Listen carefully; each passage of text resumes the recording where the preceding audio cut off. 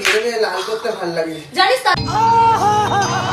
Vote তো এবার চলে এলো, কোন বোতামে টিপবে?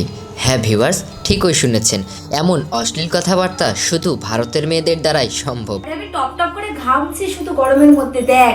শুধু কথাবার্তা না, তার সঙ্গে তার পোশাকেরও নেই কোনো স্বাধীনতা। সম্প্রতি ভারতের কলকাতা শহরের তরুণী ব্যাপকভাবে ভাইরাল। বাজে বাজে মন্তব্য এবং বাজে বাজে কথাবার্তা দিয়েই ভাইরাল হচ্ছে এই তরুণী। ছোট বড় কোনো কিছু ভেদাভেদ নেই তার কাছে।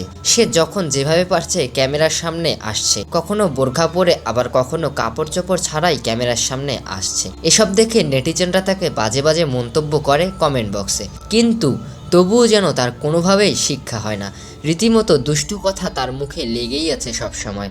যত সব ভাইরাল কার্যকলাপ সব কিছুই যেন তিনি নিজে প্রতিষ্ঠিত করেছেন ভারতে। মনে হয় অশ্লীলতা তার দেখা দেখি বাকি সব টিকটকের মেয়েরা শিখেছে। এই মেয়ে সমালোচনায় থাকতে এতটাই পছন্দ করেন যা বলার ভাষা নেই।